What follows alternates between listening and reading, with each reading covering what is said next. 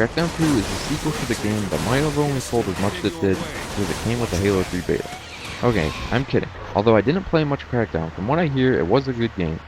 Although it lacked a story, it still had tons of action and orbs to collect.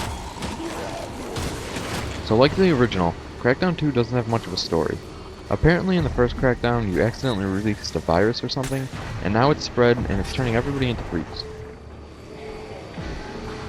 You work with the agency, so it's your job to destroy all the zombies in the city. Of course, the zombies only come out at night, so during the day you have to fight off the cell. I don't quite understand what the cell is trying to accomplish. I get that they're trying to bring down the agency, but they're not exactly holding hands with the zombies either. So why don't the cell and the agency just work together to kill the zombies? That's something that's never really explained in the story.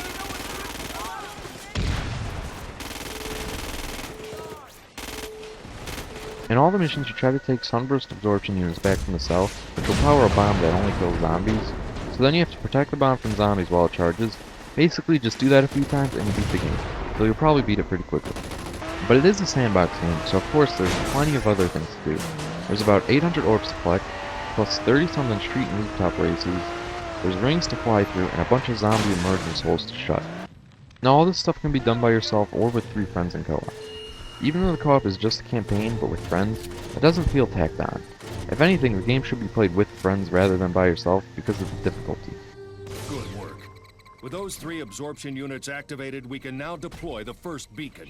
I played the game on the second of 5 difficulty, and it was pretty easy at the beginning, but it seems like the only way to make this game difficult was just to start giving enemies rocket launchers, and to make the zombies bigger.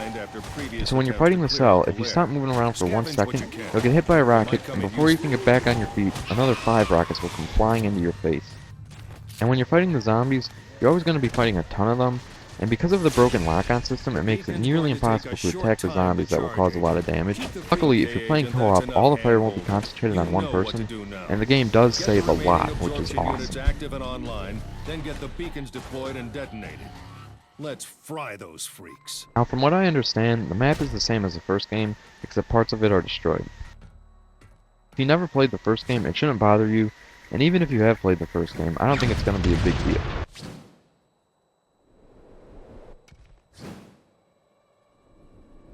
While the map is fun to explore and finding orbs is great addicting fun, the climbing in the game is aggravating and inconsistent. Sometimes you'll be able to grab onto something, for example a window, but for some reason on a different building, a window that looks almost exactly the same, you won't be able to grab onto. And often the building structures will just be plain annoying.